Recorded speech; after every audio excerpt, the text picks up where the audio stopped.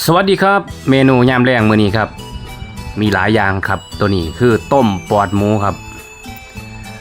เมนูที่2ครับตัวนี้ผัดผักสลับเย็ดเปลี่ยนผัดผักนะครับนี่ครับเมนูต่อไปครับเขียดโม่ของเฮาครับ